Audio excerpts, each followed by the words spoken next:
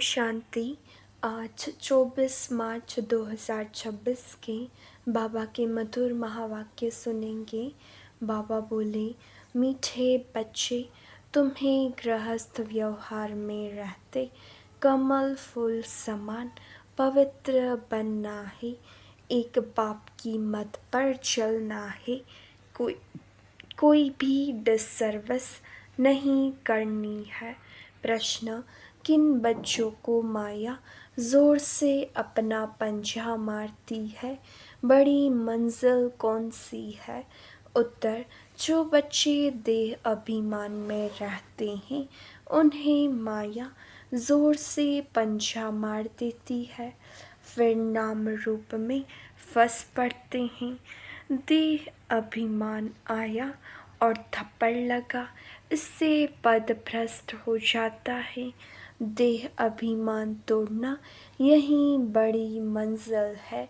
बाबा कहते, बच्चे देही अभिमानी बनो, जैसे बाप ओबीडिएंट सर्वेंट है, कितना निरअहंकारी है, ऐसे निरअहंकारी बनो, कोई भी अहंकार न हो। गीत बजा न वह हमसे जुदा होंगे। ओम शांति। बच्चों ने गीत सुना। बच्चे कहते हैं, हम बाबा के थे और बाबा हमारा था जब मूल वतन में थे। तुम बच्चों को ज्ञान तो अच्छी रीति मिला है। तुम जानते हो हमने चक्र लगाया है, अब फिर हम उनके बने हैं। वह आया है राजयोग सिखाकर स्वर्ग का मालिक बनाने। कल पहले मुआफिक फिर आया है। अब बाप कहते हैं, हे बच्चे, तो बच्चे होकर यहाँ मधुवन में नहीं बैठ जाना है। तुम अपने गृहस्थ व्यवहार में रहते कमल फूल समान पवित्र रहो। कमल का फूल पानी में रहता है, परंतु पानी से ऊपर रहता है, उन पर पानी लगता नहीं है। बाप कहते हैं, तुमको रहना घर में ही है, सिर्फ पवित्र बनना है। यह तुम्हारा बहुत जन्मों के अंत का जन्म है।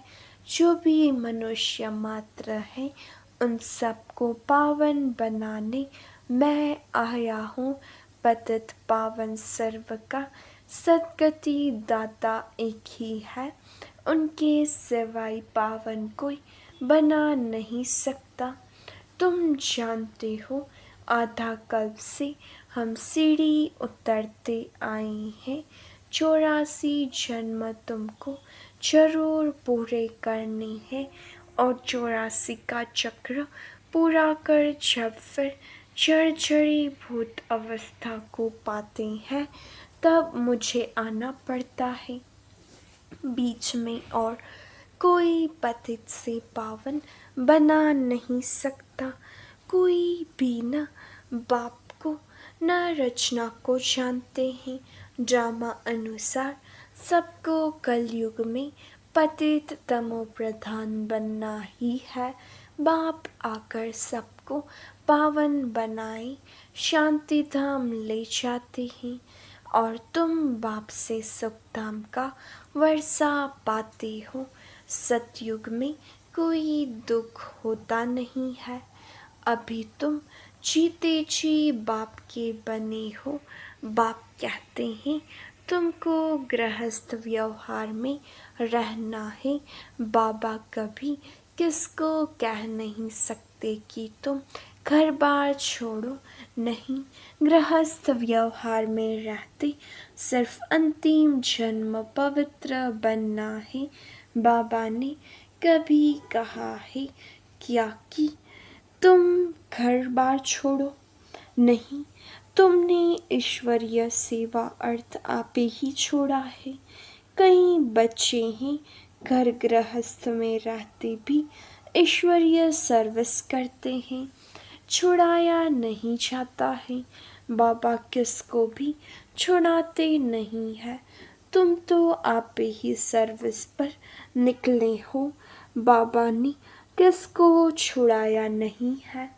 तुम्हें लौकिक बाप शादी के लिए कहते हैं, तुम नहीं करते हो क्योंकि तुम जानते हो कि अब मृत्यु लोक का अंत है, शादी बर्बादी ही होगी। फिर हम पावन कैसे बनेंगे।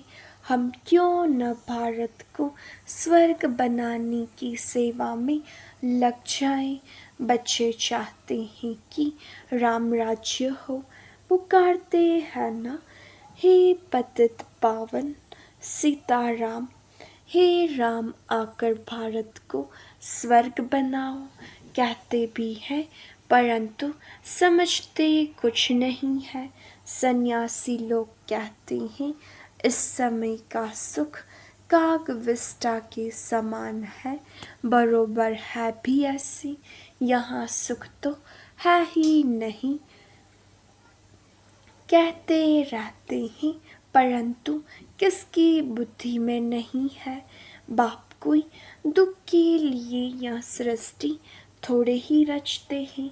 बाप कहते हैं क्या तुम भूल गए हो, स्वर्ग में दुख का नाम निशान नहीं रहता है। वहाँ कंस आदि कहाँ से आए। अब बेहद का बाप जो सुनाते हैं उनकी मत पर चलना है। अपनी मन मत पर चलने से बर्बादी कर देते हैं। आश्चर्यवत सुनंती कथंती भगंती या ट्रेटर बनंती, कितनी जाकर डिसर्विस करते हैं उनका फिर क्या होगा। हीरे जैसा जीवन बनाने बदले कौड़ी मिसल बना देते हैं। पिछाड़ी में तुमको सब अपना साक्षात्कार होगा। ऐसी चलन के कारण यह पद पाया।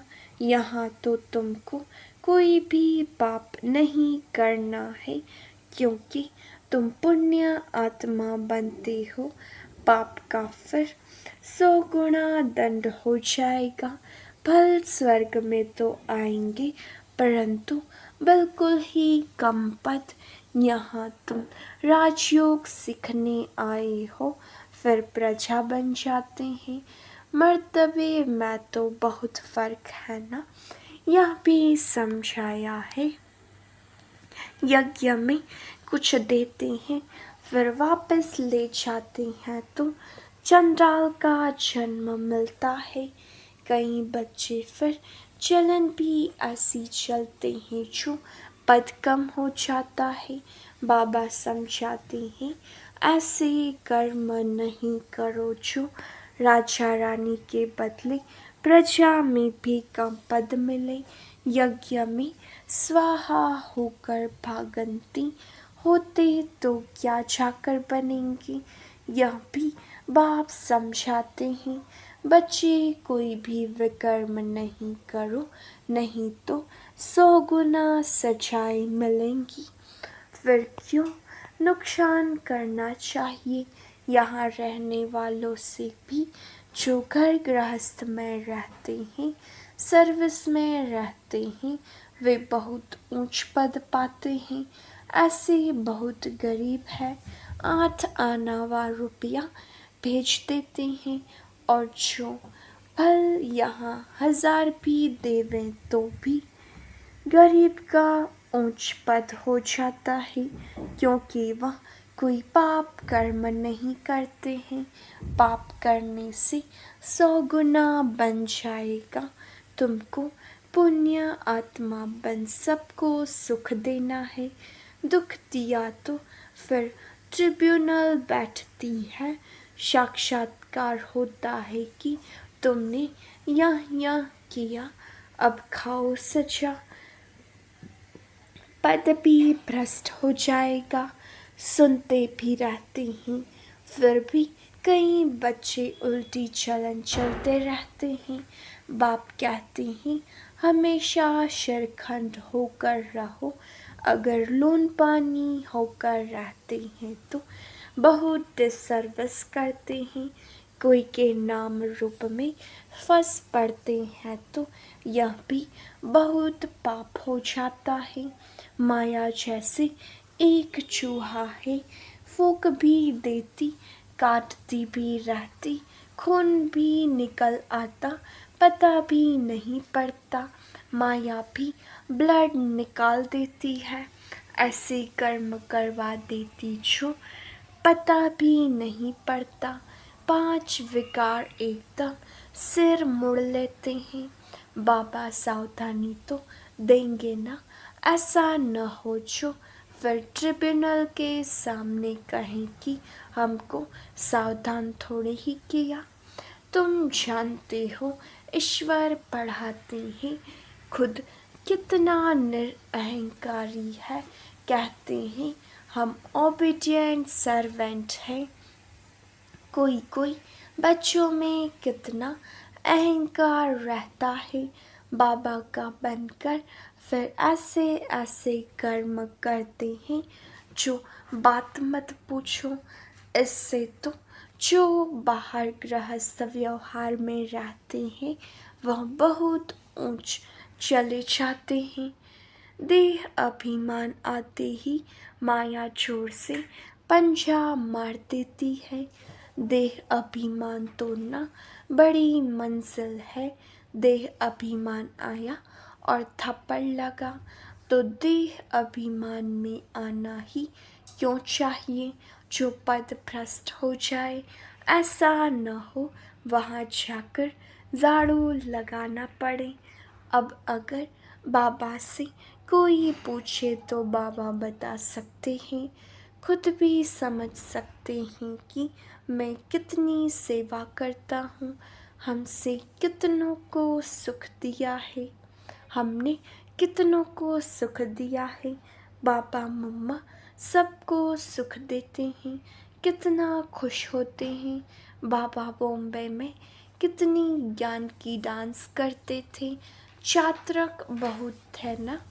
बाप कहते हैं बहुत चात्रक के सामने ज्ञान की डांस करता हूँ तो अच्छी अच्छी पॉइंट्स निकलती है। चात्रक खींचते हैं। तुमको भी ऐसा बनना है तब तो फॉलो करेंगे। श्रीमत पर चलना है, अपनी मत पर चलकर बदनामी कर देते हैं तो बहुत नुकसान हो पड़ता है। अभी बाप तुमको समझदार बनाते हैं। भारत स्वर्ग था ना, अब ऐसा कोई थोड़े ही समझता है।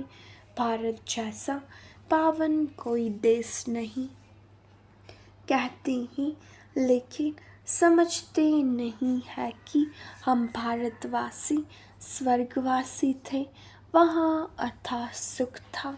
गुरु नानक ने भगवान की महिमा गाई है कि वह आकर मूत पलीती कपड़े धोते हैं, जिसकी ही महिमा है। एको अंकार शिवलिंग के बदले अकाल तख्त नाम रख दिया है। अब बाप तुमको सारी सृष्टि का राज समझाते हैं। बच्चे एक भी पाप नहीं करना, नहीं तो 100 गुना हो जाएगा। मेरी निंदा करवाई तो पद भ्रष्ट हो जाएगा।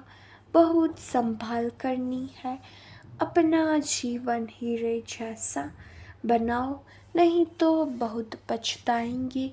जो कुछ उल्टा किया है वह अंदर में खाता रहेगा। क्या कल्प कल्प हम ऐसे करेंगे जिससे नीच पद पाएंगे। बाप कहते हैं माता पिता को फॉलो करना चाहते हो तो सच्चाई से सर्विस करो। माया तो कहाँ ना कहाँ से घुस कर आएगी। सेंटर की हेड्स को बिल्कुल निरहंकारी होकर रहना है। बाप देखो कितना निरअहंकारी है। कई बच्चे दूसरों से सर्विस लेते हैं। बाप कितना निरअहंकारी है, कभी किसी पर गुस्सा नहीं करते। बच्चे अगर नाफरमान बरदार हो तो बाप उनको समझा तो सकते हैं। तुम क्या करते हो बेहद का बाप ही जानते हैं। सब बच्चे एक समान सपूत नहीं होते, कपूत भी होते हैं। बाबा समझानी देते हैं। ढेर बच्चे हैं, यह तो वृद्धि को पाते हजारों की अंदाज में हो जाएंगे, तो बाप बच्चों को सावधानी भी देते हैं। कोई गफलत नहीं करो, यहाँ पतित से पावन बनने आए हो, तो कोई भी पतित काम नहीं करो। न नाम रूप में फंसना है, न देह अभिमान में आना है। देही अभिमानी हो, बाप को याद करते रहो, श्रीमत पर चलते रहो। माया बड़ी प्रबल है, बाबा सब कुछ समझा देते हैं। अच्छा, मीठे मीठे सिकिलती बच्चों प्रति माता पिता बाप दादा का याद प्यार और गुड मॉर्निंग। रूहानी बाबा की रूहानी बच्चों को नमस्ते। हम रूहानी बच्चों की रूहानी बाप दादा को याद प्यार नमस्ते, गुड मॉर्निंग, ओम शांति। शुक्रिया बाबा, शुक्रिया। धारणा के लिए मुख्य सार। पहली पॉइंट, बाप समान निरअहंकारी बनना है। किसी से सेवा नहीं लेनी है, किसी को दुख नहीं देना है। ऐसा कोई पाप कर्म न हो जिसकी सजा खानी पड़े। आपस में शिरखंड होकर रहना है। दूसरा, एक बाप की श्रीमत पर चलना है, अपनी मत पर नहीं। वरदान, सेकंड में देह रूपी चोले से न्यारा बन कर्म भोग पर विजय प्राप्त करने वाले सर्व शक्ति संपन्न भव। जब कर्म भोग का जोर होता है, कर्मेंद्रिया कर्म भोग के वश अपनी तरफ आकर्षित करती है। अर्थात जिस समय बहुत दर्द हो रहा हो, ऐसे समय पर कर्म भोग को कर्म योग में परिवर्तन करने वाले साक्षी हो कर्मेंद्रियों से भोगवाने वाले ही सर्वशक्ति संपन्न अष्ट रत्न विजयी कहलाते हैं। इसके लिए बहुत समय का देह रूपी चोले से न्यारे बनने का अभ्यास हो। यह वस्त्र दुनिया की व माया की आकर्षण में टाइट अर्थात खींचा हुआ न हो, तब सहज उतरेगा। स्लोगन, सर्व का मान प्राप्त करने के लिए निर्माण चित बनो। निर्माणता महानता की निशानी है। मातेश्वरी जी के अनमोल महावाक्य। ईश्वर सर्वव्यापी नहीं है, उसका प्रमाण क्या है। शिरोमणि गीता में जो भगवान उवाच है, बच्चे जहाँ जीत है वहाँ मैं हूँ। यह भी परमात्मा के महावाक्य है। पहाड़ों में जो हिमालय पहाड़ है, उसमें मैं हूँ। और सांपों में काली नाग मैं हूँ। इसलिए पर्वत में ऊंचा पर्वत कैलाश पर्वत दिखाते हैं और सांपों में काली नाग। तो इससे सिद्ध है कि परमात्मा अगर सर्व सांपों में केवल काले नाग में है, तो सर्व सांपों में उसका वास नहीं हुआ ना। अगर परमात्मा ऊंचे ते ऊंचे पहाड़ में है, गोया नीचे पहाड़ों में नहीं है। और फिर कहते हैं जहाँ जीत वहाँ मेरा जन्म, गोया हार में नहीं हूँ। अब यह बातें सिद्ध करती है कि परमात्मा सर्वव्यापी नहीं है।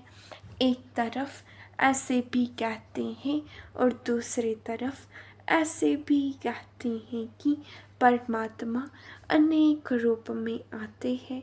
जैसे परमात्मा को 24 अवतारों में दिखाया है। कहते हैं कच्छ मच्छ आदि सब रूप परमात्मा के हैं। अब यह है उन्हों का मिथ्या ज्ञान। ऐसे ही परमात्मा को सर्वत्र समझ बैठे हैं। जबकि इस समय कलयुग में सर्वत्र माया ही व्यापक है, तो फिर परमात्मा व्यापक कैसे ठहरा? गीता में भी कहते हैं कि मैं फिर माया में व्यापक नहीं हूँ।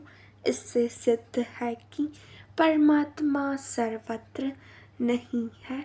निराकारी दुनिया आत्मा और परमात्मा के रहने का स्थान। अब यह तो हम जानते हैं कि जब हम निराकारी दुनिया कहते हैं तो निराकार का अर्थ यह नहीं कि उनका कोई आकार नहीं है।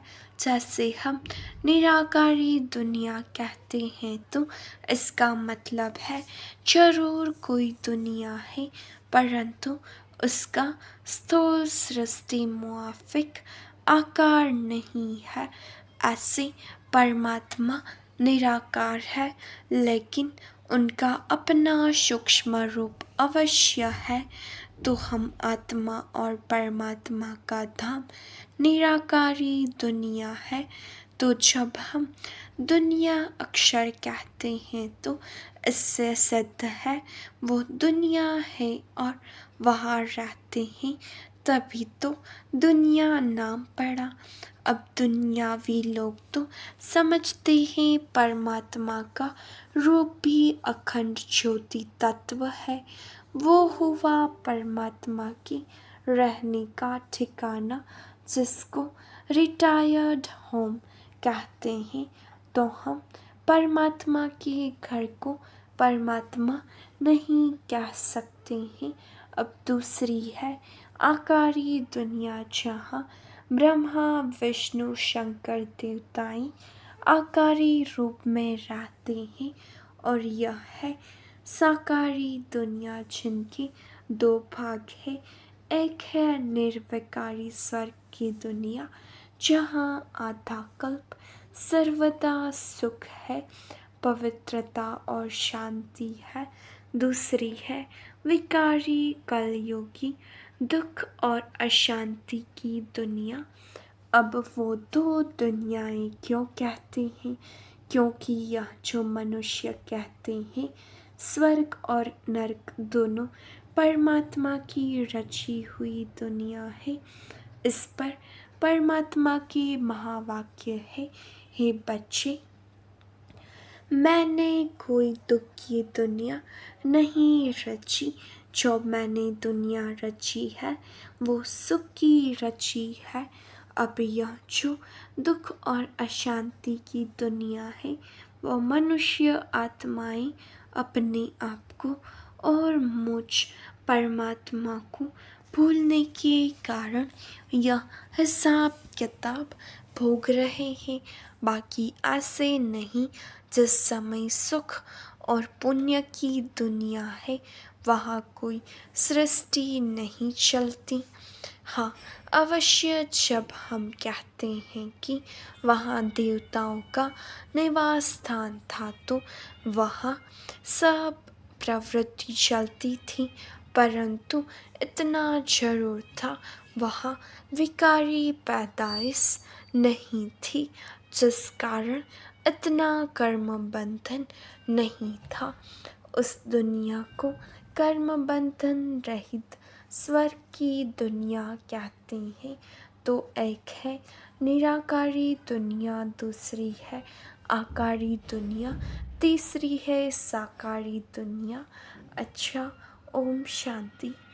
अव्यक्त इशारे निश्चय के फाउंडेशन को मजबूत कर सदा निर्भय और निश्चिंत रहो। साकार में अगर कोई निमित्त श्रेष्ठ आत्मा साथ में होती है तो उनसे कोई भी बात वेरीफाई कराएं तो फिर करेंगे तो निश्चय बुद्धि होकर करेंगे। निर्भयता और निश्चय दोनों गुणों को सामने रख करेंगे तो जहाँ सदा निश्चय और निर्भयता है वहाँ सदैव श्रेष्ठ संकल्प की विजय है। जो भी संकल्प करते हो अगर सदा निराकार और साकार साथ व सम्मुख है तो वेरीफाई कराने के बाद निश्चय और निर्भयता से करो। इससे समय भी वेस्ट नहीं जाएगा। अच्छा, ओम शांति।